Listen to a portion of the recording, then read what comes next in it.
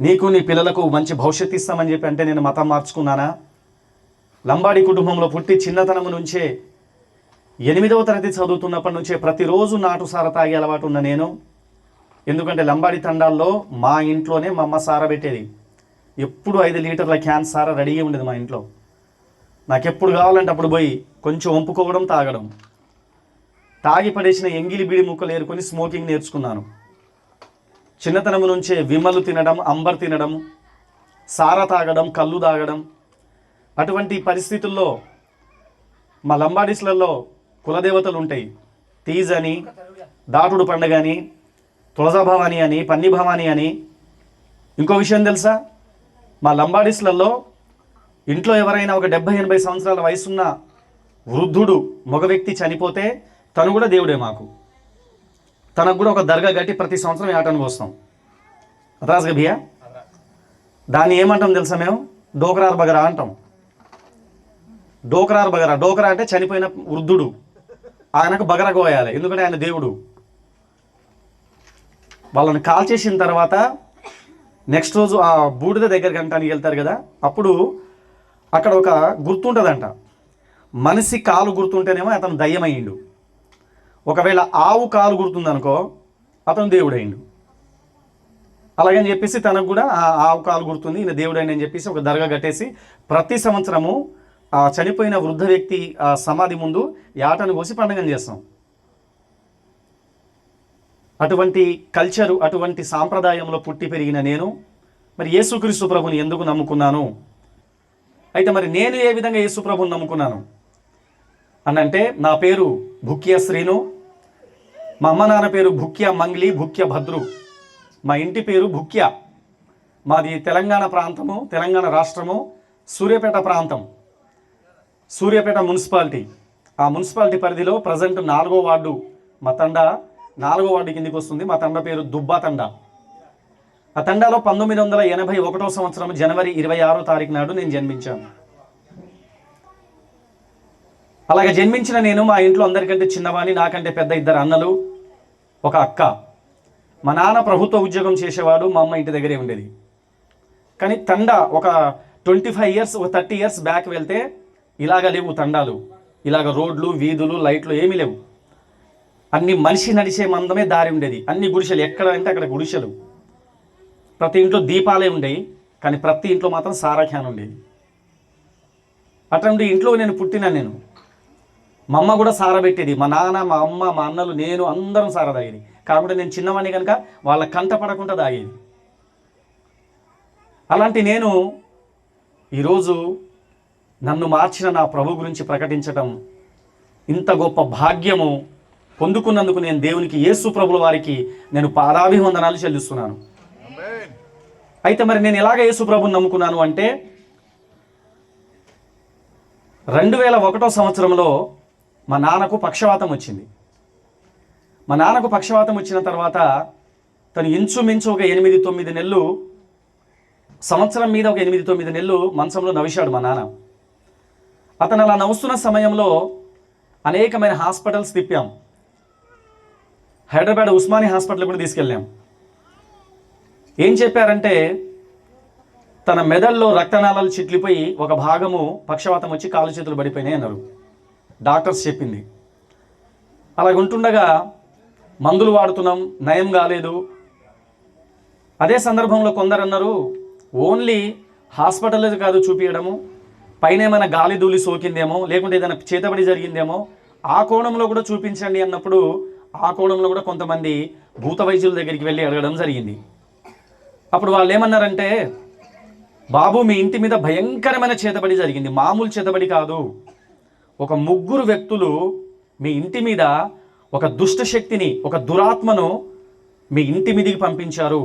అవి మంత్రప్రయోగాలు కావు, ఒక దురాత్మనే లేపి మీ ఇంటి మీదకి పంపించారు.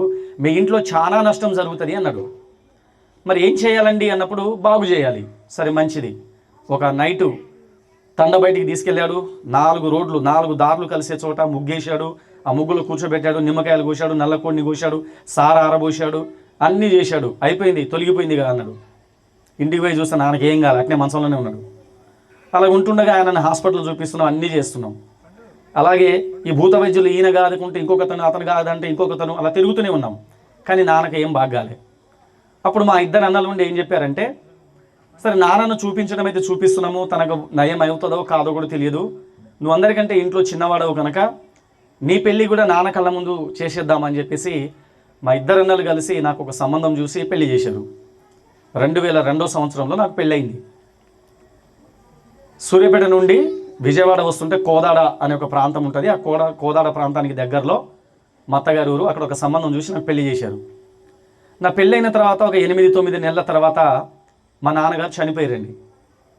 మా నాన్నగారు చనిపోయిన తర్వాత అప్పటికి మంత్రగాళ్ళ దగ్గర తీసుకెళ్ళాము, నాటు వైద్యం చేయించాము, ఉస్మానియా హాస్పిటల్కి తీసుకెళ్ళాము, కానీ బాగాలే. ఇంచుమించు సంవత్సరం 8-9 నెలలు మంచంలో నవిశాడు, చనిపోయిండు. నా పెళ్ళైన తర్వాత ఒక 8-9 నెలలకు నాన్న చనిపోయిండు. చనిపోయిన తర్వాత మా ఇద్దరు అన్నలు ఉండి మళ్ళీ ఒక మాట అన్నారు. ఏంటంటే, నాన్న చనిపోయిండు, నాన్న ప్రభుత్వ ఉద్యోగంలో ఉండి చనిపోయాడు కనుక ఇంకా ఆయనకు సర్వీస్లో ఉండే, సో ఆ నాన్న ఉద్యోగం నువ్వు తీసుకో, మనకున్న ఒక 1/2 ఎకరం చెలక ఉంది, ఆ 1/2 ఎకరం చెలక మేమిద్దరం అన్నదమ్ములను తీసుకుంటాం, నాన్న పేరు మీద వచ్చే LIC పైసలు కూడా మేమిద్దరం తీసుకుంటాం, ఆ జాబ్ నువ్వు తీసుకో, నువ్వు ఒక 10వ తరగతి వరకు చదువుకున్నావు కనుక ఆ జాబ్ నువ్వు చేసుకో అని చెప్పేసి మా అన్నలు మేము కూర్చొని మాట్లాడుకున్నాం. అయిపోయింది. కరెక్ట్గా 1 నెల 15 రోజులు, నాన్న చనిపోయి 1 నెల 15 రోజులు, ఒక రోజు ఉదయము మా నడిపన్నకు కూడా సేమ్ మా నాన్నలాగానే పక్షవాతం వచ్చింది. మా నాన్నకు పక్షవాతం వచ్చేటప్పుడు ఆయన వయసు 50 సంవత్సరాల పైన, మా నడిపన్నకు పక్షవాతం వచ్చేటప్పుడు ఆయనకు 30 సంవత్సరాల లోపే. తను ఆటో డ్రైవర్, ఆటో దోలేవాడు. అతను కూడా సేమ్ మా నాన్నలాగానే పక్షవాతంతో పడిపోతే వెంటనే తనను కూడా హాస్పిటల్కి తీసుకెళ్ళాం. సేమ్ బీపీ రేజ్ అయింది, మెదడులో రక్తనాళాలు పగిలిపోయినాయి, పక్షవాతం వచ్చింది.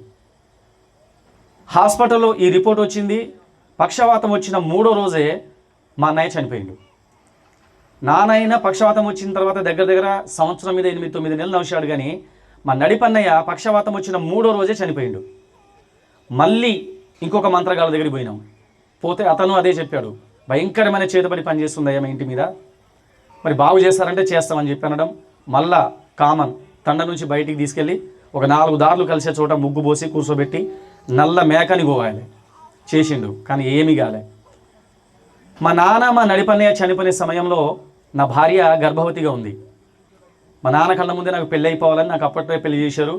ఇంచుమించు ఒక 9-10 నెలలేం అవుతున్నట్టుంది. నా భార్య అప్పుడు 8వ నెల గర్భవతి. అయితే మా మామగారు ఏం చేశారంటే, నా పేరు శ్రీను, ప్రభుని నమ్ముకున్న తర్వాత సీమోను అని దైవసేవకులు పెట్టడం జరిగింది. మరి శ్రీను మీ ఇంట్లో ఒక నెల 15 రోజుల వ్యవధిలో 2 చనిపోయారు, చాలా భయంకరమైన పరిస్థితి ఉంది, నేను అమ్మాయిని మా ఇంటికి తీసుకుపోతాను, అమ్మాయి గర్భవతిగా ఉంది, మొదటి కాన్పు కూడా మేమే చేయించాలి కనుక నేను తీసుకెళ్తానని తీసుకెళ్ళాడు. తీసుకెళ్ళిన తర్వాత ఒక 10 రోజుల తర్వాత నా భార్య డెలివరీ అయింది. వాళ్ళ ఇంటి దగ్గరనే డెలివరీ అయింది, నార్మల్ డెలివరీ. 2 కమల పిల్లలు, ఆడపిల్లలు, 2 కమల పిల్లలు పుట్టారు, చక్కటి పిల్లలు. అప్పుడు ఫోన్లు లేవు, నా దగ్గర ఫోన్ లేదు.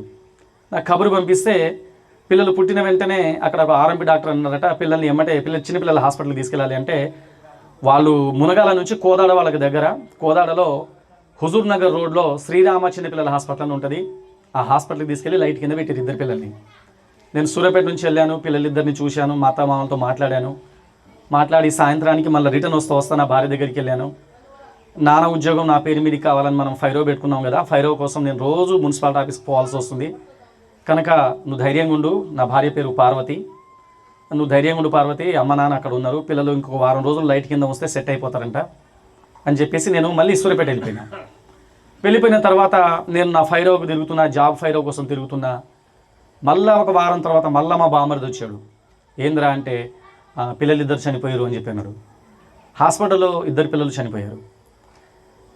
ఇది జరిగింది ఫస్ట్ నాన్న చనిపోయిన నెల 15 రోజులకు నడిపన్నయ్య చనిపోయిండు. నడిపన్నయ్య చనిపోయిన తర్వాత ఒక 10 రోజుల తర్వాత 2 పిల్లలు పుట్టి వాళ్ళు ఒక 1 వారం రోజులకు, అంటే దగ్గర దగ్గర 2 నెలల వ్యవధిలో 4 చనిపోయారు ఇంట్లో. ఎక్కడ అడిగినా అదే చెప్తున్నారు, మామూలు చేతబడి జరగలేదు మీ ఇంటి మీద, చాలా భయంకరమైన చేతబడి, బాగు చేస్తామంటున్నారు కానీ బాగా కావట్లేదు. అయితే ఇక్కడ ఏం జరిగిందంటే, 2001 సంవత్సరంలో మా నాన్నకు పక్షవాతం వచ్చినప్పుడు మా తండకు ఈరోజు మనం ఏ విధంగా అయితే ఇక్కడ మీటింగ్ పెట్టి యేసుప్రభు గురించి చెప్తున్నామో అట్లా యేసు ప్రభు సువార్త ప్రకటించడానికి మా తండకు ఒక 4 క్రైస్తవులు వచ్చారు. వస్తే వాళ్ళకి ఎవరు చెప్పారంట, ఫలాని వాళ్ళ ఇంట్లో ఒకతను పక్షవాతంతో బాధపడుతున్నాడంటే మా నాన్న దగ్గరికి వచ్చారు. మా నాన్నకు ప్రార్థన చేసి నన్ను అడిగిరు ఏమైందంటే, డాక్టర్లేమో బీపీ రేజ్ అయిందన్నారు, బయట అడిగితేనేమో చేతబడి జరిగిందని అంటున్నారండి అని చెప్పాను. అయితే వాళ్ళు ప్రార్థన చేసిన తర్వాత నాతో చెప్పింది ఏంటంటే, బాబు నువ్వు యేసు ప్రభుని నమ్ముకో, మీ నాన్నకు కూడా బాగవుతుంది, మీ ఇంటి మీద చేయబడిన ఆ చేతబడి తొలగిపోతుంది, యేసు ప్రభు తొలగించేస్తాడు, చాలా గొప్ప దేవుడయ్యా, యేసు ప్రభుని నమ్ముకో అని చెప్పారు నాతోని.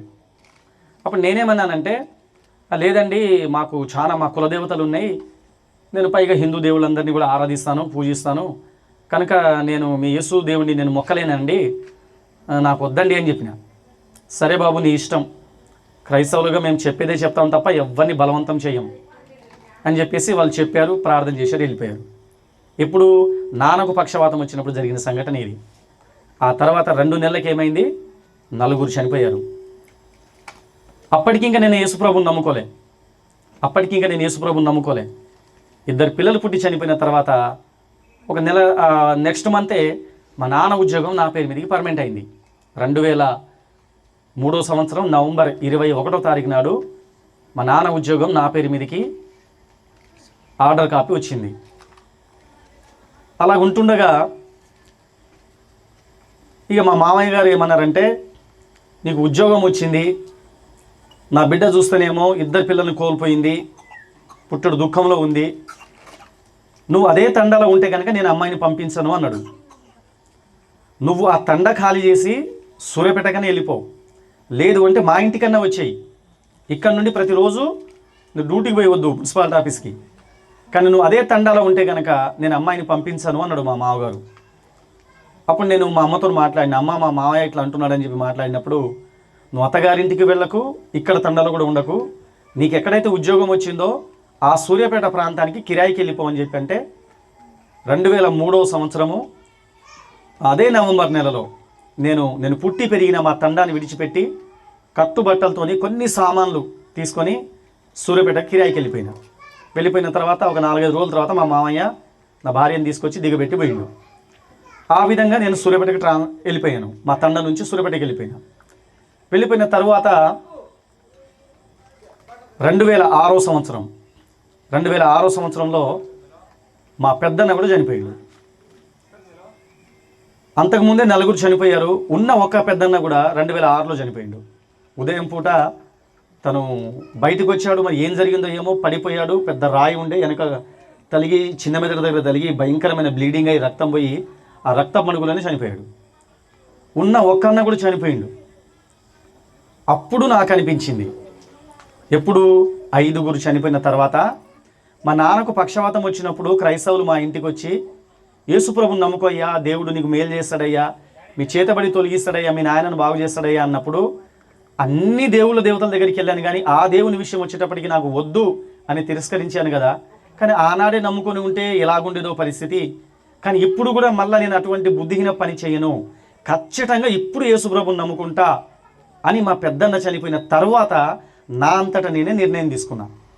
ఆనాడు విన్న దేవుని సువార్త ఒక 3 సంవత్సరాల తరువాత నాలో ఫలించి మా పెద్దన్న చనిపోయిన తర్వాత నేను యేసుప్రభుని నమ్ముకున్నా. హల్లెలూయా, హల్లెలూయా.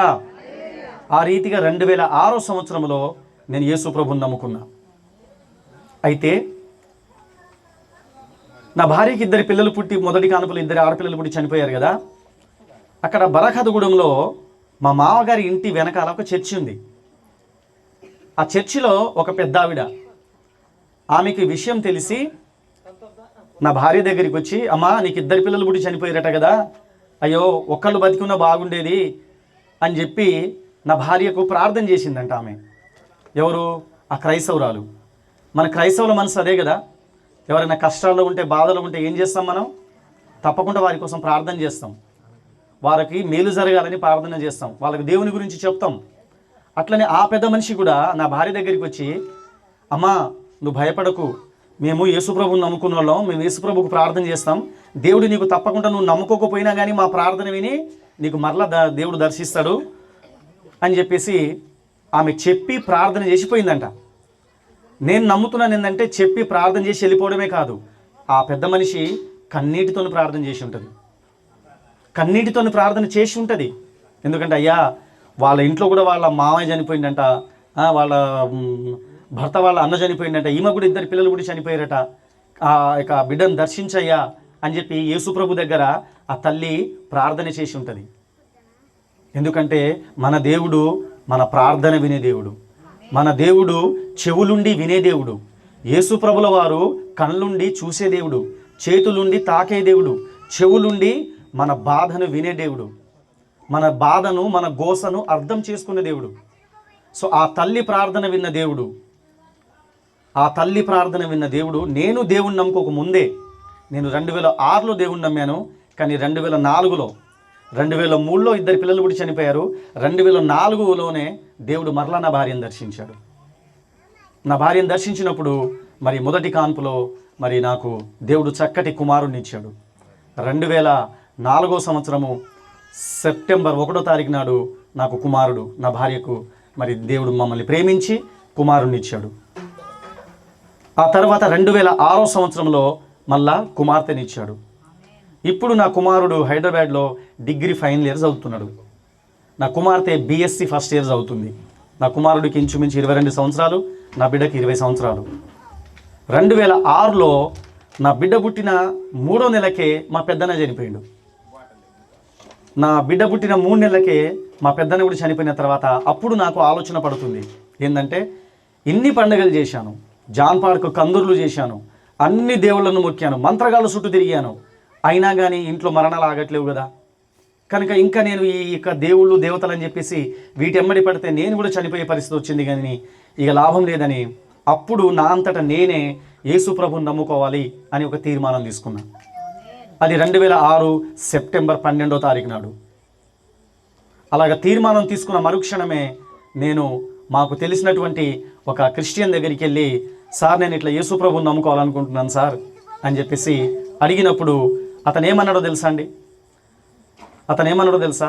మనం ఎవరిని అడిగి ఉండకపోవచ్చు, నేను కూడా ఎవరిని అడగలేదు, కానీ ఆయన ఏమన్నాడు తెలుసా నన్ను, శ్రీను మీ ఇంట్లో నిజంగా నాకు కూడా తెలుసు ఇంత భయంకరమైన 4-5 చనిపోయారు, ఇప్పుడు నువ్వు చాలా బాధలో ఉన్నావు. నిన్ననే మా అన్న పెద్దన్న చనిపోయిన నెక్స్ట్ రోజే నేను యేసుప్రభుని నమ్ముకోవాలని తీర్మానం తీసుకుంది. నిన్ననే మీ పెద్దన్న కూడా చనిపోయింది కాబట్టి నువ్వు చాలా బాధలో ఉన్నావు, ఒక దుఃఖంలో ఉన్నావు, కనుక నువ్వు యేసుప్రభుని నమ్ముకోవాలనుకుంటున్నావు, మంచిదే. కానీ యేసుప్రభుని నమ్ముకున్న తర్వాత కూడా నీ కష్టాలు తొలగకపోతే ఏం చేస్తావు? యేసుప్రభుని నమ్ముకున్న తర్వాత కూడా ఇంకా నీ ఇంట్లో ఏదైనా నష్టం జరిగితే ఏం చేస్తావు? అంతకుముందు నువ్వు నమ్మిన, అంతకుముందు నువ్వు మొక్కిన దేవుళ్ళు దేవతలు నీకు మేలు చేయలేదు అని చెప్పి ఇప్పుడు నువ్వు యేసుప్రభు దగ్గరికి రావాలనుకుంటున్నావు కదా.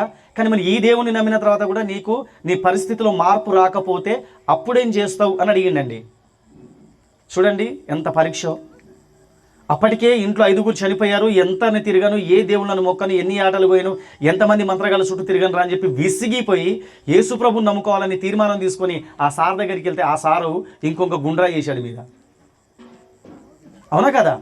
ఆ పరిస్థితుల్లో ఏం నిర్ణయం తీసుకుంటాం మనం?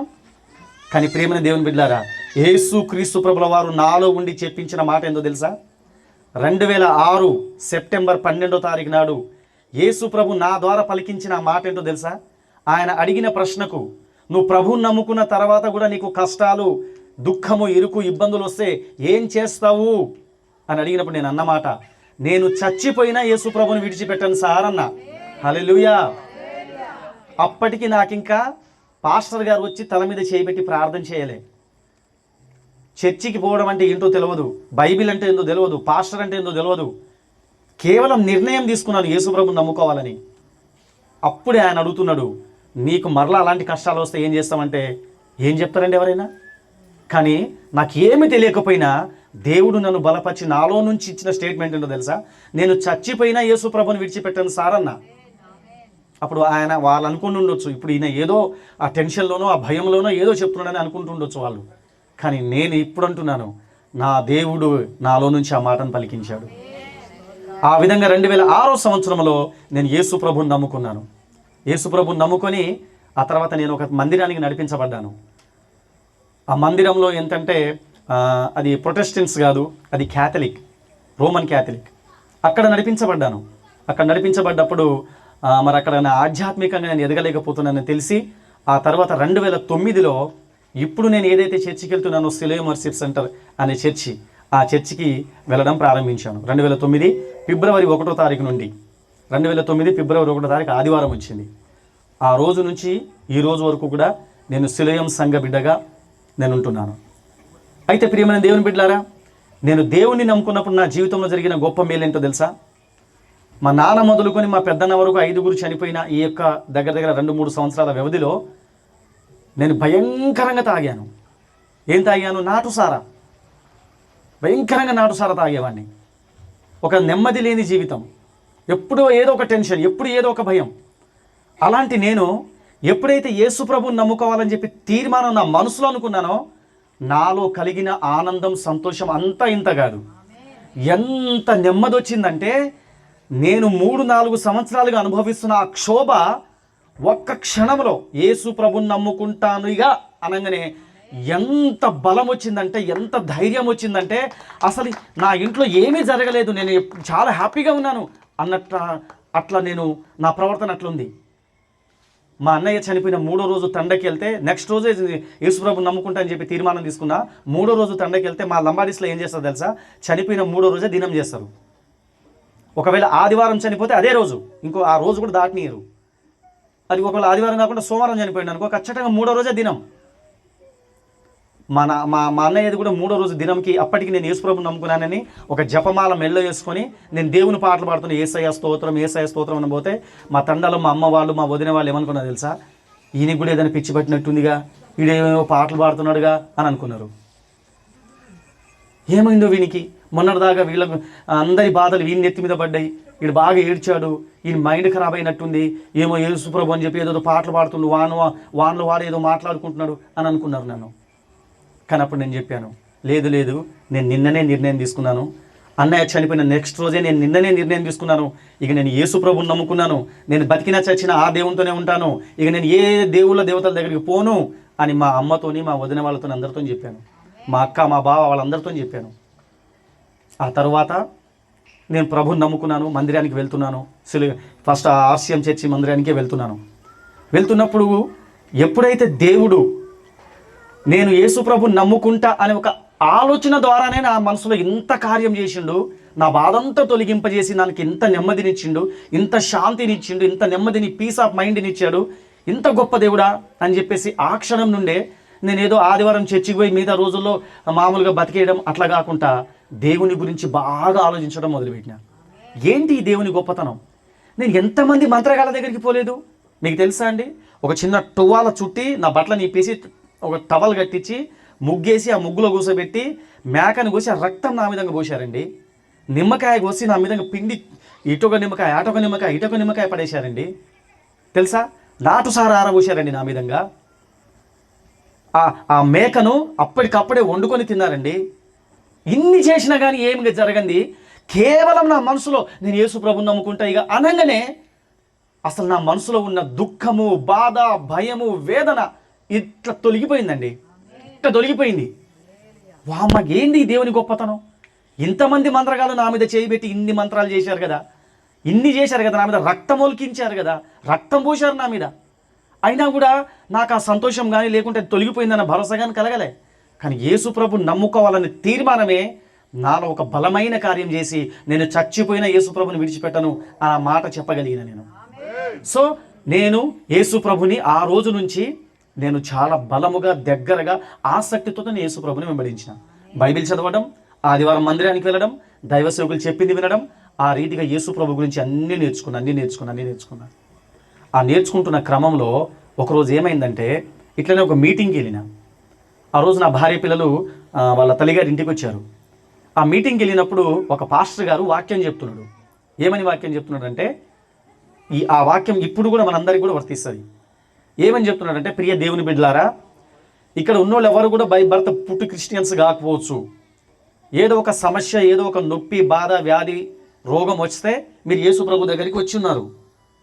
అయితే యేసు ప్రభు మిమ్మల్ని బాగు చేశాడు, మీకు మనశ్శాంతినిచ్చాడు, సంతోషం.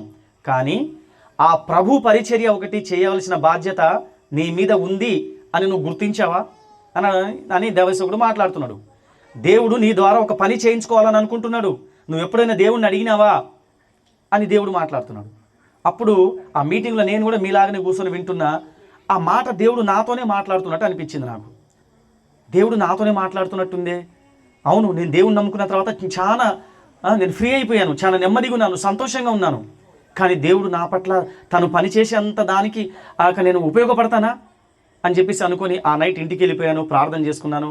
తెల్లారి ఉదయాన్నే లేచి డ్యూటీకి వెళ్ళిపోయినా. నాన్న ఉద్యోగం వచ్చింది కదా నాకు. నవంబర్ నెల నాన్న చనిపోయిన ఒక 3-4 నెలల తర్వాత నాన్న ఉద్యోగం వచ్చింది కదా నాకు. ఆ ఉద్యోగానికి నేను మున్సిపాలిటీలో, నా ఉద్యోగం స్టార్టింగ్లో ఏంటంటే ఆ కరెంటు స్తంభాలకి లైట్లు వేయడం. కరెంటు స్తంభాలు ఉన్నాయి కదా మీ ఊళ్ళలో, గ్రామ పంచాయతీలలో లైట్లు వేస్తారు కదా, ఆ స్తంభం పైకి ఎక్కి ఆ లైట్ రిపేర్ చేయడం పని నేను చేసేది. అది 6 గంటలకే వెళ్ళాలి ఉదయం. వెళ్ళి డ్యూటీ చేసుకున్నాను. కానీ మనసులో అదే రన్ అవుతుంది, దేవుడు నాతో పని చేయించుకుంటాడా, నేను దేవుని పనికి ఉపయోగపడతానా, ఇది నిజమేనా, దేవుడు నాతోనే నన్ను మాట్లాడింది, లేకుంటే నేనేమన్నా భ్రమపడుతున్నానా అని ఒకటే ఆలోచనలు. డ్యూటీ అయిపోయింది. 10-10:30కి ఇంటికి వచ్చిన, ఎవరు లేరు. నా భార్య వాళ్ళ తల్లిగారి ఇంటికి పోయింది. ఇంటికి వచ్చిన తర్వాత స్నానం చేసుకొని మోకరించి ప్రార్థన చేసిన, ప్రభువా రాత్రి నువ్వు నిజంగా నాతోనే కనుక మాట్లాడి ఉంటే, నేను నీ సేవ చేయడం అనేది నీ చిత్తమైతే, నీ ప్రణాళిక అయితే నాతో మాట్లాడు. రాత్రి దైవ సేవకుల ద్వారా మాట్లాడావు. ఇప్పుడు నిజంగా నేను ఇప్పుడు నీకు ప్రార్థన చేసిన తర్వాత నేను బైబిల్ చదువుతా, వాక్యము ద్వారా నేను నీకు ఏ విధమైన పని చేయడానికి ఉపయోగపడగలను, అసలు నాతో పని చేయించుకుంటావా, నాతో మాట్లాడు ప్రభువా అని దేవునికి ప్రార్థన చేసిన మరుక్షణమే నేను బైబిల్ చదివిన. బైబిల్ చదివినప్పుడు నేను ఉదయం మీకు మందిరంలో చదివించాను కదా, 2 తిమోతి 4వ అధ్యాయం 1-5 వచనాలలో ఏమని ఉందంటే, సమయమందును అసమయమందును వాక్యమును ప్రకటించు. 5వ వచనం చివర్లో సువార్తికుని పని చెయ్యి అని దేవుడు నాతోని స్పష్టంగా మాట్లాడాడు. హల్లెలూయా. నాది ఇంకో బైబిల్ ఉంటుంది. ఆ బైబిల్ వెనక పేజీ మీద ఆ రోజు 2010లో దేవుడు నాతో మాట్లాడింది. ఆ డేటు, సమయము, రోజు అవన్నీ కూడా బైబిల్ అట్ట మీద రాసుకున్నాను నేను. సో నాకు అర్థమైంది ఏంటంటే, దేవుడు తన సంపూర్ణమైన సువార్త సేవ, అక్కడ 5వ వచనం చివర్లో సువార్తికుని పని చేయము, నీ పరిచర్యను సంపూర్తి చేయము, జరిగించుము, సంపూర్ణంగా జరిగించుము అని ఉంటుంది. అక్కడే ఉంది. సంపూర్ణంగా అంటే పార్ట్ టైం కాదు, ఫుల్ టైం. సంపూర్ణం అనేది ఏంటిది? పూర్తిగా పని చేసినప్పుడే సంపూర్ణం అంటారు. సో ఆ రోజు దేవునితోని మాట్లాడి, ప్రభువా అప్పటికి నాకు నాన్న జాబు నా పేరు మీదుగా 7 సంవత్సరాలు అయింది. 2003లో వచ్చింది. 2010లో దేవుడు మాట్లాడి నా సువార్త సేవ చేయి, సంపూర్ణ సువార్త సేవ చేయి అన్నాడు. అప్పుడు పాస్టర్ గారిని అడిగి దేవుని కూడా ప్రార్థన చేసి నేను ఒక మాట ఇచ్చిన, ప్రభువా మీరు చెప్పిన ఈ క్షణం నుండి నేను సువార్త ప్రకటన చేయడం స్టార్ట్ చేస్తాను, మీ పరిచర్య చేయడం స్టార్ట్ చేస్తాను. కాకపోతే నేను 20 సంవత్సరాల సర్వీస్ కంప్లీట్ చేసుకున్న తరువాత నా ఉద్యోగాన్ని కూడా విడిచిపెట్టి అప్పుడు సంపూర్ణ సువార్త సేవకు వచ్చేస్తాను. అప్పటి వరకు సమయం దొరికిన ప్రతిసారి మీ రక్షణ సువార్త నేను ప్రకటిస్తాను ప్రభు అని చెప్పి ఆ రోజే నేను దేవునికి మాటిచ్చిన. ఆ విధంగా ఇక రోజులు గడుస్తున్నాయి, సంవత్సరాలు గడుస్తున్నాయి. నేను ఉమ్మడి నల్లగొండ జిల్లాలో నల్లగొండ మున్సిపాలిటీలో 2 సంవత్సరాలు చేసిన, నకరికల్ మున్సిపాలిటీలో 1 సంవత్సరం చేసిన, సూర్యాపేట మున్సిపాలిటీలో 18 సంవత్సరాలు చేసిన, కోదాడ మున్సిపాలిటీలో 2 సంవత్సరాలు చేసిన. ఇవన్నీ చూసినప్పుడు మీకు 20 సంవత్సరాల కంటే ఎక్కువ వస్తాయి, 24 సంవత్సరాలు వస్తాయి లెక్కకు. అయితే ఆ పైన 4 సంవత్సరాలు ఏంటంటే, మా నాన్న చేస్తున్న జాబ్ ఉన్నప్పుడు మా నాన్నకు కొంచెం ఆరోగ్యం బాగలేదని చెప్పి 1999లోనే నాన్న ఇంటి దగ్గర ఉండేవాడు, నాన్న ఉద్యోగానికి నేను వెళ్ళేవాడిని. 1999 నుంచి ఎప్పుడైతే నాన్న 2003లో చనిపోయిండో అప్పుడు నా పేరు మీదకి పర్మనెంట్ అయింది. కానీ నేను మున్సిపాలిటీలో పనిచేయడం అనేది 1999 నుంచి, అంటే ఇంచుమించు 24 సంవత్సరాలు. ఈ 24 సంవత్సరాలలో 4 మున్సిపాలిటీలలో నేను పనిచేశాను. నేను ఎక్కడం మా నాన్న ఉద్యోగం నా పేరు మీదకి 4th క్లాస్ ఎంప్లాయీగా, వాటర్ సప్లై వర్కర్గా ఎక్కాను నేను. కానీ 10th పాస్ అయి ఉన్నానని చెప్పి ఆ తర్వాత ఓపెన్ ఎంట్రీ కూడా చేశాను. ఆ తర్వాత 2 ప్రమోషన్లు పొందుకున్నాను నేను. 2 ప్రమోషన్లు. ఒకటి bill collector promotion. Bill collector అంటే మున్సిపాలిటీలలో ఎవరైనా ఇల్లు కట్టుకుంటే ఆ ఇంటికి ఒక నెంబర్ ఇస్తారు. ఇంటి నెంబర్ వేసి ఆ ఇంటికి ట్యాక్స్ వేస్తారు. ప్రతి సంవత్సరం ఆ ట్యాక్స్ కట్టాలన్నమాట. దానిని బిల్ కలెక్టర్ అంటారు. ఆ పోస్ట్ ఆ ప్రమోషన్ వచ్చింది. ఆ ప్రమోషన్ తర్వాత మళ్ళీ 5 ఏళ్లకు జూనియర్ అసిస్టెంట్ ప్రమోషన్ వచ్చింది. 4 సార్లు ఉత్తమ ఉద్యోగి పురస్కారాలు అందుకున్నా నేను. 2 సార్లు కలెక్టర్ల చేతుల మీదగా తీసుకున్నాను, 2 సార్లు మా మున్సిపల్ చైర్మన్ చేతుల మీదగా తీసుకున్నాను. 4 సంవత్సరాలు నా పనిలో నేను చాలా దేవుని నమ్మకం ముందు నా పనిలో నేను కరెక్ట్గా చేసుకునేది. దేవుని నమ్ముకున్న తర్వాత ఇంకా జవాబుదారీతనంగా నేను పనిచేశాను. ఆ విధంగా నా ఉద్యోగంలో మరి పర్మనెంట్ అయి 20 సంవత్సరాలు కంప్లీట్ కాగానే దేవునికి ఇచ్చిన మాట ప్రకారం 2023 సంవత్సరము నవంబర్ నాటికి 20 సంవత్సరాల సర్వీస్ కంప్లీట్ అయిపోయింది. 20 సంవత్సరాల సర్వీస్ కంప్లీట్ కాగానే వెంటనే ఫస్ట్ నేను మా పాస్టర్ గారి దగ్గర పోయినా. దానికి ముందు 2018లోనే ఒక బలమైన ప్రేరణ కలిగింది. అప్పటికి 15 సంవత్సరాలు అయింది జాబ్ వచ్చి. ఇక జాబ్ చాలు ఆపేద్దాం, దేవుని స్వార్థ సేవకి వెళ్ళిపోదాం అని అనిపించి మా పాస్టర్ గారి దగ్గరికి వెళ్ళి అడిగాను. అప్పుడు మా పాస్టర్ గారు ఏమన్నారంటే, ఇప్పుడు నువ్వు 15 సంవత్సరాల సర్వీస్ చేసి ఇప్పుడు దిగిపోతే నీకు ఏమైనా పైసలు వస్తాయంటే రావు. ఎందుకు రావు అంటే, గవర్నమెంట్ వాళ్ళు కల్పించిన వాలంటరీ రిటైర్మెంట్కి ఒక ఇంత సర్వీస్ అని ఉంటుంది. ఆ సర్వీస్ ఏంటంటే 20 సంవత్సరాల సర్వీస్. 20 సంవత్సరాల సర్వీస్ ఏ ప్రభుత్వ ఉద్యోగి అయినా కంప్లీట్ చేసుకుంటే తను స్వచ్ఛందంగా పదవి విరమణ పొందొచ్చు. దానికి ముందు కూడా పొందొచ్చు, కానీ రిజైన్ చేయాలి. ఇదేమో వాలంటరీ రిటైర్మెంట్, ఇది విఆర్ఎస్. వాలంటరీ రిటైర్మెంట్ తీసుకోవడం ద్వారా ఏమవుతుందంటే నీకు పెన్షన్ వస్తుంది, నువ్వు చేసిన సర్వీస్కి నీకు రావాల్సిన న్యాయమైన బెనిఫిట్స్ అన్నీ కూడా వస్తాయి. కానీ మనం రిజైన్ చేసి వస్తే రావు. కాబట్టి బ్రదర్, మీకు ఇల్లు లేదు, నీకు ఆస్తిపాస్తులు లేవు, మాకు పొలాలు చిలకలు ఏమీ లేవండి. సో ఒక 5 సంవత్సరాలు చెయ్యి, నీ పిల్లలు చిన్నపిల్లలు. ఇప్పుడు నువ్వు జాబ్ వదిలేసి వస్తే నీకు రావాల్సిన పైసలు రావు, నీకు పెన్షన్ రాదు, ఎలా బ్రతుకుతారు? స్వార్థ సేవ కదా, స్వార్థ సేవల కానికలు కూడా రావు. కాబట్టి నువ్వేం చేస్తావంటే దయచేసి ఇంకొక 5 సంవత్సరాలు చెయ్యి. 20 సంవత్సరాలు కంప్లీట్ చేసుకున్న తర్వాత నువ్వు రిటైర్మెంట్ తీసుకో. అప్పుడు నీకు అంతో ఇంతో పెన్షన్ వస్తుంది, నువ్వు చేసిన 20 సంవత్సరాలకు నీకు డబ్బులు వస్తాయి అని మా పాస్టర్ గారు నాకు సలహా ఇచ్చారు. అప్పుడు ఆ 2018లో రిటైర్మెంట్ తీసుకోకుండా దాన్ని అప్పటికప్పుడు పోస్ట్ పోన్ చేసి ఆ 5 సంవత్సరాలు ఇక లెక్క పెట్టుకుంటా ఉన్నా. 1 సంవత్సరం గడిచిపోయింది, ఇంకొక సంవత్సరం గడిచిపోయింది, 3వ సంవత్సరం గడిచిపోయింది అని సంవత్సరాలు లెక్క పెట్టానండి. చివరి సంవత్సరం 2023కి వచ్చేటప్పటికి నెలలు లెక్క పెట్టాను. 1 నెల అయిపోయింది, 2 నెలలు అయిపోయింది, నవంబర్ దగ్గరికి వస్తుంది, ఉద్యోగం వదిలేయబోతున్నా, నవంబర్ దగ్గరికి వస్తుంది, ఉద్యోగం వదిలేయబోతున్నా, దేవుని స్వార్థకి వెళ్ళిపోబోతున్నా. ఒకటే సంతోషం.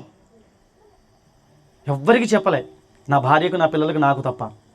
ఈ విధంగా నేను విఆర్ఎస్ తీసుకుంటున్న విషయం మా అమ్మకు కానీ, మా అక్క వాళ్ళకు కానీ, మా అత్తకు కానీ ఎవ్వరికి చెప్పలే, నా కుటుంబంలో తప్ప. దేవుని మహాకృపను బట్టి నా భార్య పిల్లలు కూడా నాకు సహకరించారు. విశ్వాస జీవితంలో బలపరుస్తూ నేటికి అనేక విధమైన మేలులు చేస్తూ నన్ను దేవుడు ముందుకు నడిపిస్తున్నాడు. అనేక చోట్ల సువార్త. మా పాస్టర్ గారు అయితే ఈ సమయంలో మా పాస్టర్ గారు నన్ను ప్రోత్సహించిన ప్రోత్సాహం అంత ఇంత కాదు.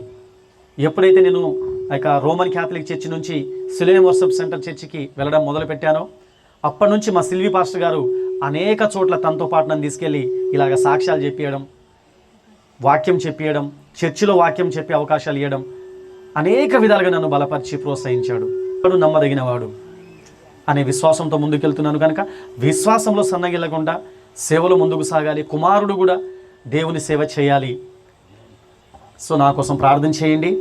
మరి ఈ సాక్ష్యాన్ని దేవుడు దీవించి ఆశీర్వదించునుగాక. ఆమేన్.